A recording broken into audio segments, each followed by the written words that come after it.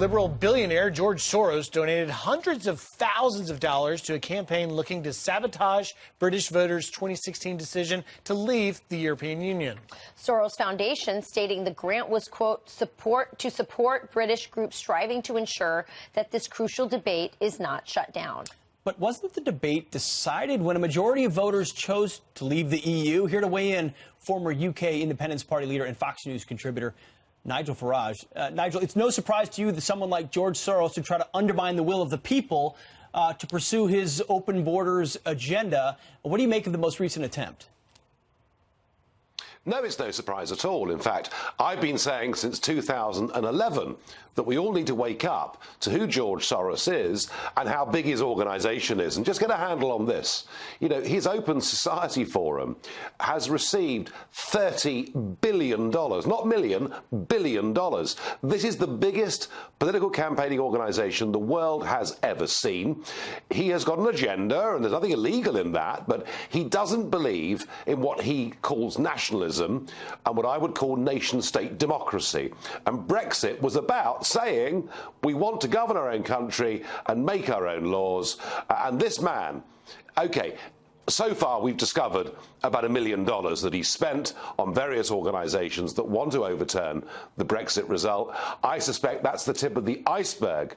If you really examine the money this man is spending across the whole of Europe, in America, to push his agenda, which is to get rid of the nation state and to encourage mass migration. And I'm just saying to people, you know, in an era when much of the media is obsessing about Russian collusion, well, if ever there was an investigation needed, it's into just what exactly has Open Society done over the course of the last few years. So, Nigel, for those viewers of ours who don't really know who George Soros is, he's kind of a mysterious, shadowy figure. Briefly, just tell us, who is he?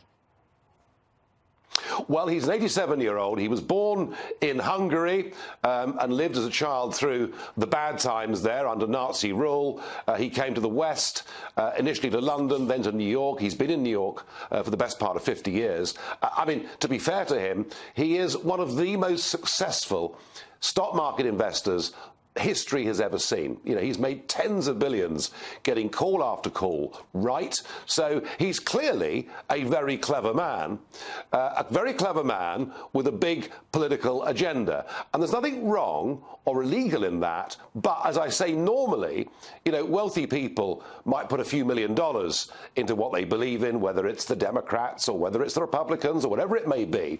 But in this case, we're talking about $30 billion. And it is literally the biggest and most powerful campaigning organisation that's ever been seen across the West, and we need to start talking about it. Nigel, let me ask you about another topic, and that is Woodward and Bernstein, the journalist behind Watergate, now saying that Trump's actions similarly eerie to Nixon's. We're going to put on the wall here this quote from Carl Bernstein and Bob Woodward in a CNN and Washington Post thing. President Trump insists it's all a witch hunt and an unfair examination of his family's personal finances. No wonder many people are making comparisons to the Saturday Night Massacre of 1973. Nixon didn't know it at the time, but the Saturday Night Massacre would become a pivot point in his presidency, crucial to the charge that he'd obstructed justice. What do you make of it?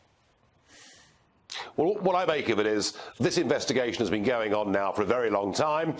Incidentally, it's been happening here too. Did the Russians influence Brexit? I mean, you know, we've kind of reached a level of hysteria with all of this. All I can say is that if the Washington Post and CNN are pulling these two guys out, who without doubt did remarkable work 40 years ago, it must be just about the last shot they've got in the barrel. Come on, months and months of these investigations, and nothing of any significance whatsoever has been uncovered. And I'm not surprised the president in private is frustrated by all of this. After all, what he wants to do is to get on with the job. I really think, you know, they basically don't have any bullets left to fire. Well, of course. And Nigel, now that we're in the clear, our next interview will be conducted in Russian. So brush up on your Russian, will you?